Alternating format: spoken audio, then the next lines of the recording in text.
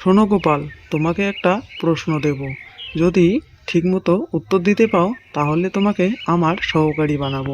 জমিদার মহাশয়, আপনি প্রশ্ন দিন, আমি উত্তর দেওয়ার চেষ্টা করব। সোনার গামলা আর লোহার গামলা দুটোর ওজন সমান, কিন্তু চোখে দেখে বলো কোনটা বেশি দামি?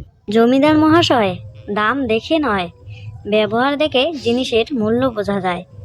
একজন ক্ষুধার্ত মানুষের কাছে রুটি সোনার চেয়েও মূল্যবান, আর একজন কৃষকের কাছে লোহার কাস্তে সোনার চেয়েও বেশি দরকারি।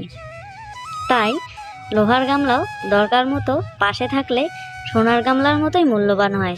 জীবনের মূল্য কাজেই, আর জিনিসের মূল্য চকচকে রং দেখে নয়। জমিদার এবার সত্যি গোপালের বুদ্ধি মেনে নেয়। গোপাল, আজ থেকে তুমি আমার সহকারী। তোমার বুদ্ধিতে পুরো গ্রাম এগোবে।